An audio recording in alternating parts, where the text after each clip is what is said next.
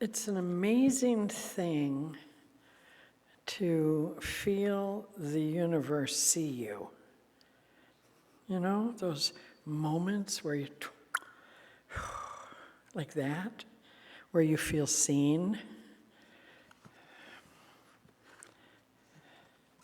I think it's one of the universal yearnings to be seen, to be felt.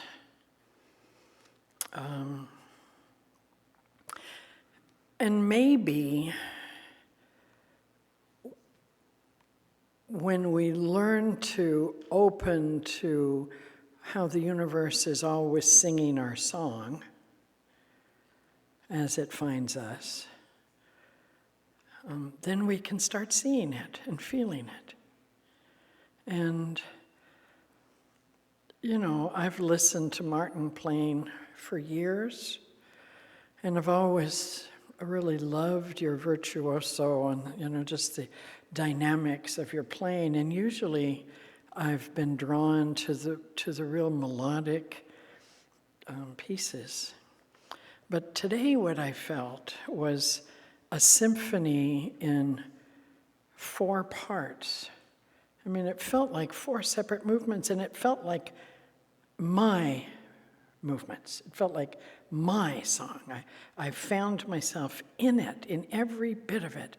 In the beginning, that was just like, you know, because life is so full and it's so commanding and inexplicable and exciting and scary and just full. And then through all of that fullness, there are these moments of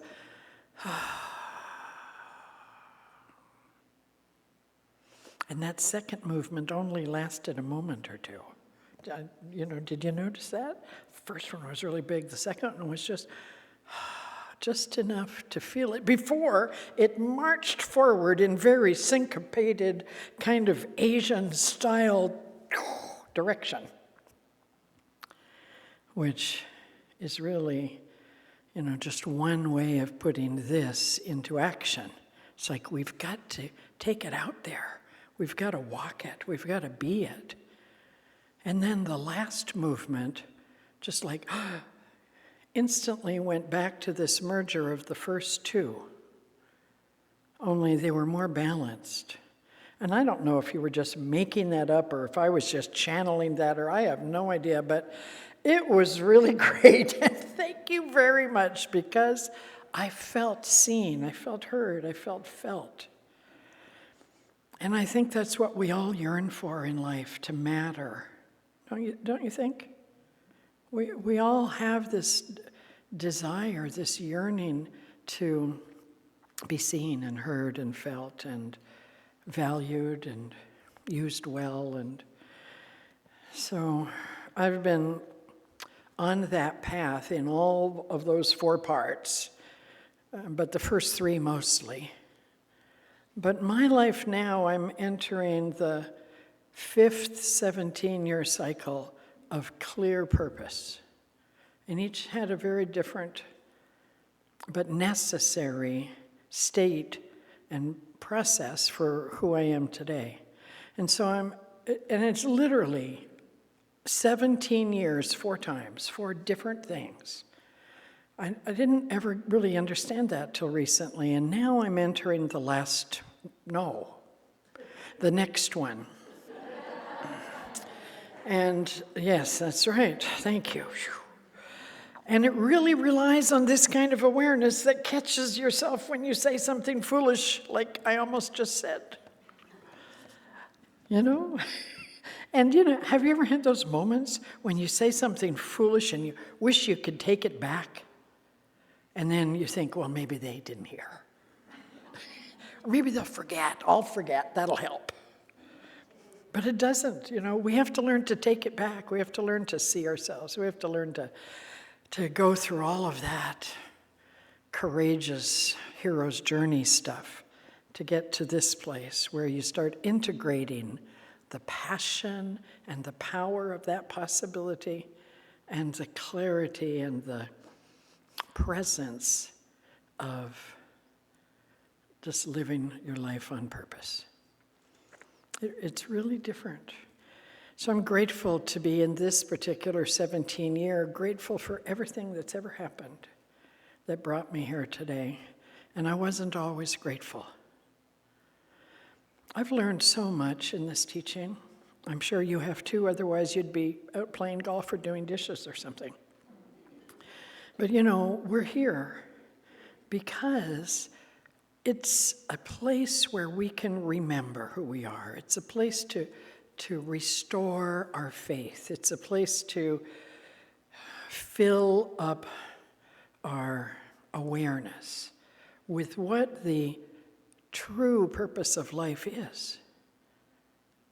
And it's very hard to answer the question, what is the purpose of life? But it gets really simple if you just say, to be myself, to live life fully, to be completely who I am, taking responsibility and not avoiding those parts of me that are in the process of change. And knowing that as we attend to this change process, we actually start flowing with life. And as we start flowing with life, then possibilities become so much easier because we're in alignment with the nature of this thing called life. And so noticing little moments when the universe is conspiring to support you, like I just noticed with Martin's music, is very important because it's like fuel for the possible. It's like nurturance. It's great balsam for the courageous journey that we're on.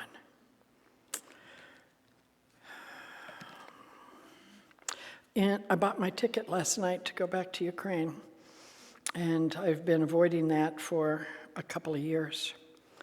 And after 18 years, and the past 2 from my office here in Reading, I've been leading this community. And there's been something in me that felt like the first movement of the music that was just like it was not clear. It was like lightning and thunder. And my granddaughter said, well, I really hope it looks like it's going to rain. She said, this was Friday night. Looks like it's going to rain. I hope there's no lightning and thunder. I said, you know what lightning and thunder is there for? She said, no. She's 7, she's like the perfect age. She said, no, what's it for? And I said, it's to clear out the energy. It's to just like get it out of our system. It's just like to just get calm. She said, oh, and that's probably a good thing, huh? I said, yeah, you're right, it is. So when we're in the change process, we got to go through all those cycles. And you don't have to look very far right now to see the conflicts and the polarities as it appears that the world is coming apart at the seams and that our values are like falling through the sifter, that the holes are so big in the sifter that it's hard to hold those things that we've held dear. And it's so easy to fall into an old story of us and them. The theme this month is awareness. And it's the perfect theme because when we live in a time like this, what if it really appears to be falling apart, but it's actually coming together? What if that were true? Because, in these places, like Centers for Spiritual Living, we teach that God is all there is. So there's only one thing happening, and if that's happening, then it must be here on purpose. And there's a bunch of purposes, there's a bunch of reasons, but we cannot think separation. We cannot live in judgment and duality ourselves and hope that nobody notices. Yeah, right.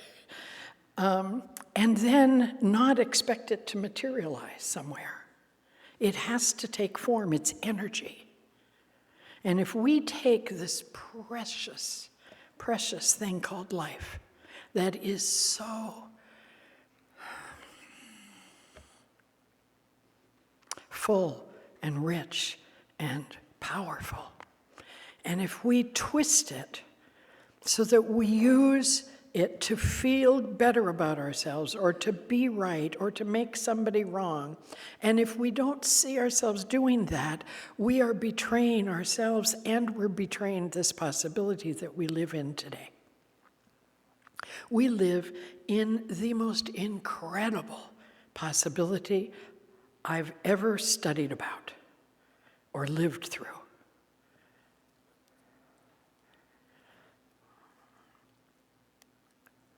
But if you don't believe that, that's not your experience. You know, I think it was Henry Ford who said, whether you think you can or think you can't, you're right. You know, Emma Curtis Hopkins was, Ernest Holmes was her last student, and she had a way of saying something like, you don't get what you pray for, you get what you pray from. Or you could say that in today's more common languages, you don't get what you want, you get what you are. We cannot fool Mother Nature. There is a season and a cycle. And if we plant a tomato seed, we don't get cucumbers, as much as you might prefer. So we actually have to plant what we want to harvest. That's how it works. It's really simple. So for me, you know, I'm not a very intellectual person. I'm a really much more, how does it feel? I'm a gardener. I was raised on a farm by a pioneer family, you know, wagon trains and the whole deal. So I have this in my blood that you manage your resources, you stay alert, you stay aware, and you plant, and you take care of your resources. So we have a resource today. It's this teaching. And you're obviously valuing it. And it's time, if you heard the reading well, this is a time of great urgency. Now, we could also see it differently and say, you know, it's going to be what it's going to be. And that's true. But if you withhold your gift from this process of being that's going on today, if you have a vision of possibility that you're afraid isn't possible, and you're not bringing it to life in your own being because nobody else agrees, the way that this reading ended was to dare to be yourself even if it's different. What if you hold the piece of the puzzle that's going to shift it? What if your perspective is the thing that's needed? What if your moment of kindness is going to be the one that's going to turn it?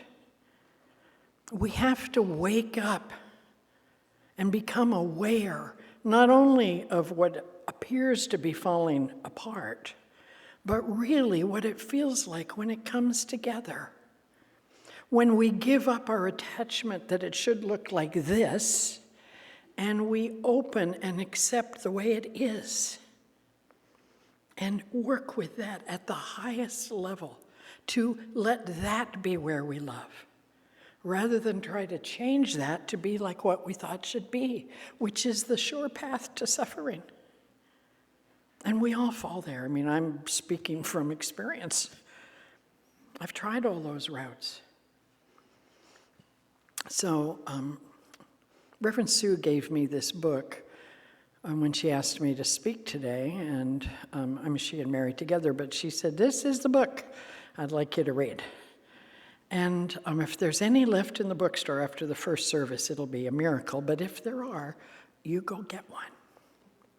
Because this book is talking about how to stand in the fire of this moment in time and create true refuge within yourself.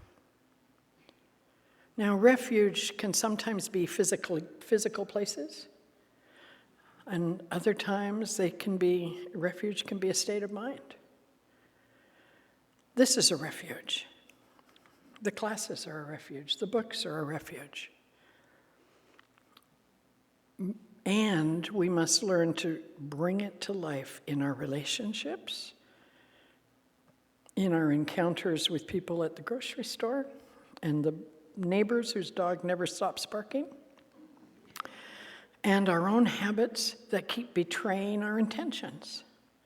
We must learn to make peace with ourselves. Awareness is, in the beginning, where am I? What am I doing? Is it leading me where I want to be? Do I have the courage to see myself? When I make a mistake and say something I wished I hadn't, do I have the humility and the peacefulness within me that I can go and say, oh, that wasn't really how I feel. I'm really sorry I said that. It's not really true. Or it was true for a second because I was so scared or mad. Or I lost my way for a minute and I was trying to make you be what I thought you should be instead of seeing the miracle of you. That's about living the science of mind. That's about living the truth. So it's really important to know what is the handle that you have for that state of being, the third movement, actually the fourth movement of the music, where the passion and the power and the dynamic energy finds itself totally at peace with the pure sacred possibility that all is well. What's your handle? What's the main thing? Reverend Edward in Santa Rosa used to say, the main thing is to have the main thing be the main thing. So we have to know what the main thing is. For me, it's peace. Peace first. Finding peace first. Choosing peace first. So that as I go out into the world, I'm not reacting, as Dan Millman's quote said, but I'm learning to respond from a place that sees that we're all one in this exchange. Even though you might be doing something that's really hurtful and harmful, I know you're doing your best that you know to be. That's hard to do these days. So we must fill ourselves with the, in Russian language, there's this great word, lekarstva. Lekarstva. It's like similar to the way the native people use the word medicine. You know, it's good medicine. It's like good consciousness. It's good awareness to know that within the turmoil is the peace. So for me, my main thing is peace. And I think it's really important for you to know what yours is so that you can go to it. Now, for Jesus, the main thing was love God with all your heart and strength and soul and mind, and love your neighbors as yourself. I don't see any difference. You know, I see peace as that total union with the nature of life or God. So that when I'm allowing myself and teaching myself to be peaceful, I'm growing in my unity with God. And if you don't use the word God, that's fine too. You can call it anything. You know, but you're growing your connection with this life pattern.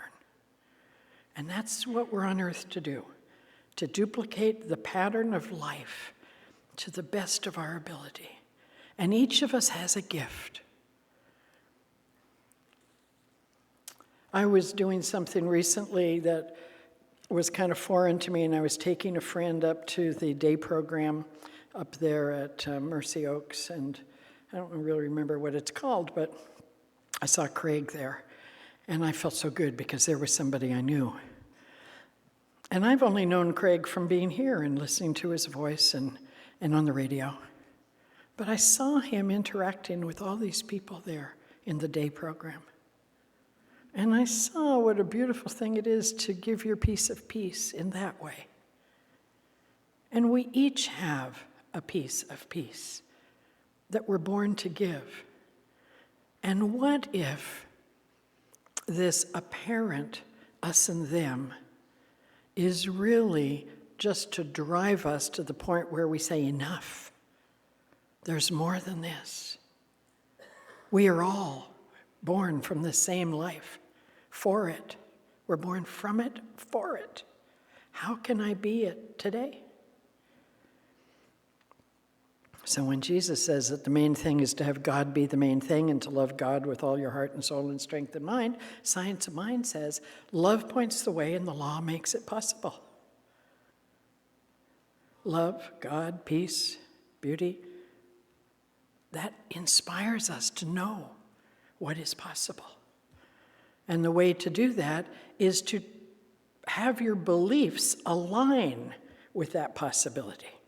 So if we want peace on earth, we're going to have to give up the idea that it's not possible. And last week I had a big old conversation with myself and my senior partner and in my meditation process. And I said, what is it that's keeping us from peace? And the answer was nothing.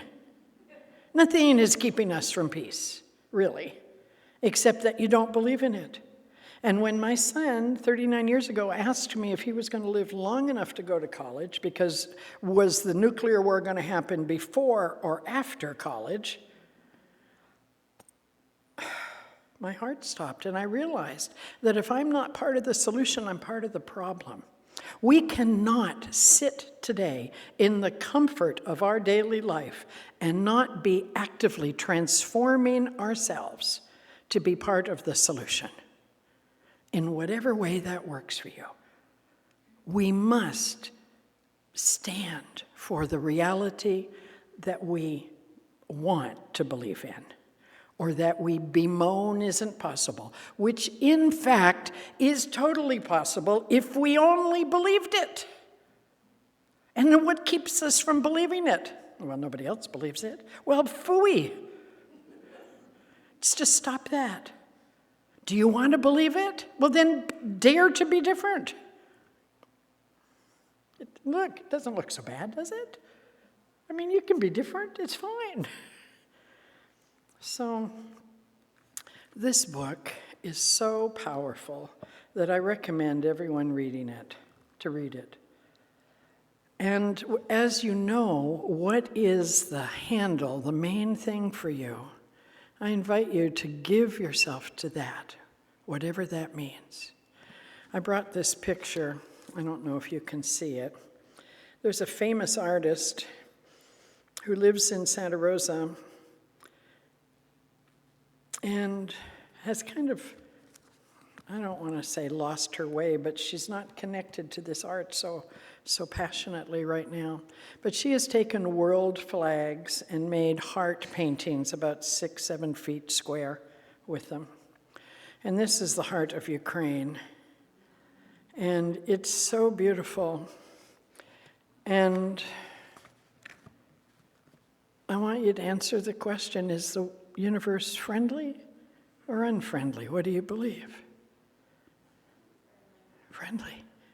Great. So then use that as your sifter and have that be the thing that you bring out when you're needing peace and when somebody's doing something not nice. Or sing the little song, may we be filled with loving kindness.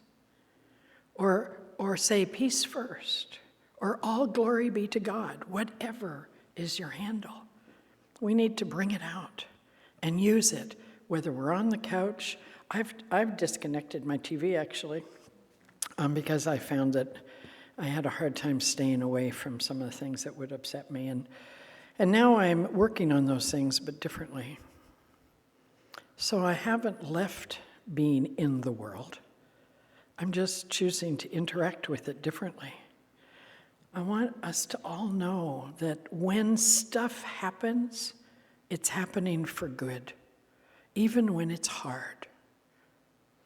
Even when it seems abhorrent or terrible, there's a larger thing going on, and it's part of God.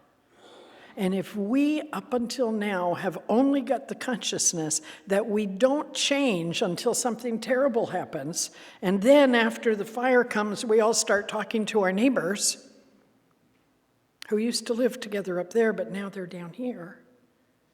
If that's what it takes, well, it's a sad reality, but thank God at least we're getting it. And let's be strong, as the slogan says, ready and strong. Let's be strong in the fact that connecting with everybody is really important and it feels really good. And where can we do that in our lives? Where are we allowing us and them to direct our attention? So it's time to bring this to a close. Whenever you feel distressed or angry, the invitation is to give yourself permission to stop, pause, breathe. Just take a deep breath, and then with that one breath, you will remember that peace comes first. I'm choosing peace first. And then you breathe 3 to 5 times into that situation. And you will feel your body different, I promise you. And then you will be available to life again to give your gift, because you're born to do that. Each of us is born to give our gift. And we don't all have to be standing up here talking or writing books or anything.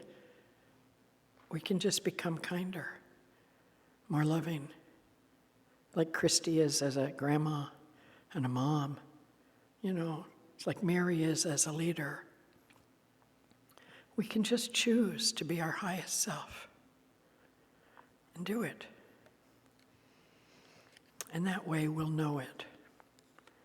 And I'm going to be gone 3 or 4 months, or 2 or 3, I'm not sure how long, but it's a big deal for me, going back right now for a lot of reasons. And when I come back, I want to do something with this book.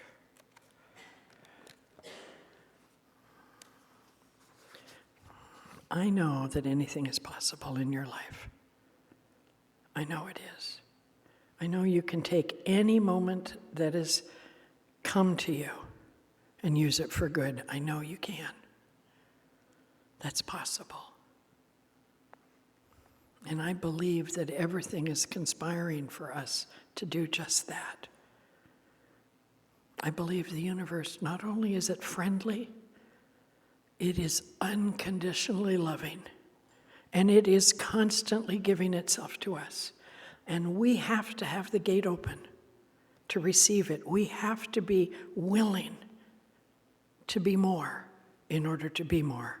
We have to give up the yes but and just stick with the yes. So I want to close with this wonderful little poem that's on the last page of this book. Really, I'd love to just talk for 24 hours, but I can't. I mean, I can, but I won't.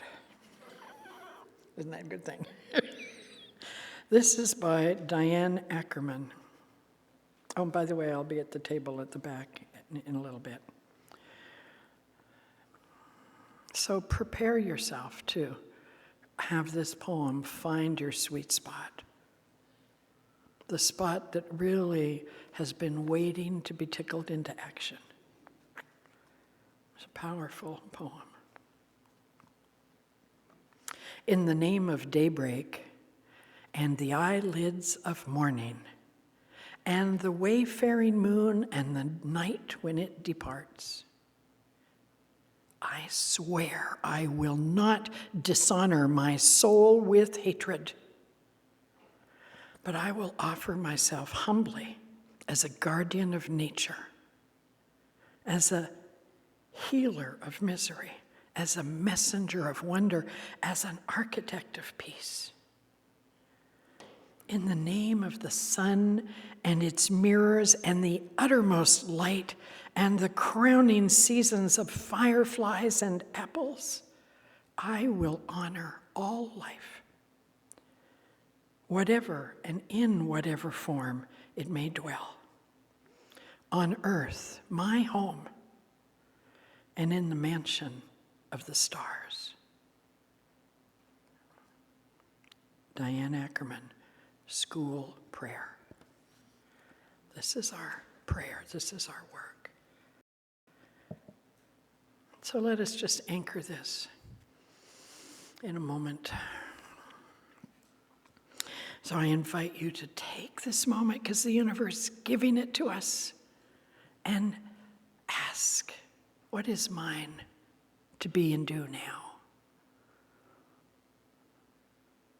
What is mine to be and do now? What would love have me do now?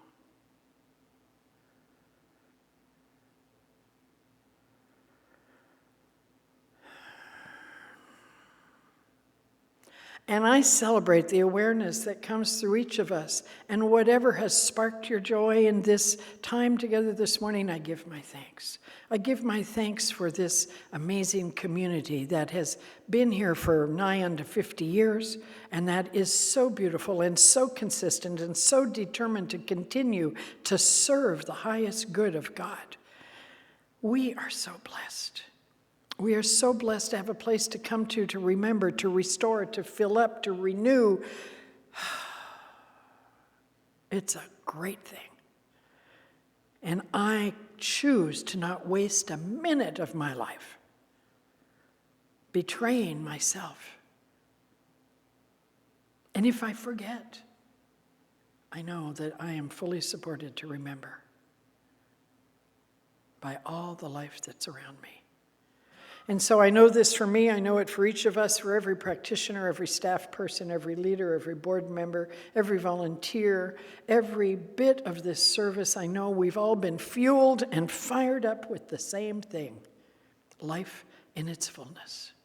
It's a grand day. It's a great day to be alive.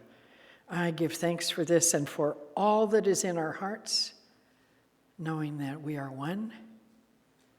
I am you. You are me. And imagine where that needs to be so in your life. Where does that peace need to be in your life? And know that it's already so, just waiting for you to remember. We are one, I am you, you are me, we are one. And in this unity, we all live in harmony, and peace has come, for we are one, and so it is.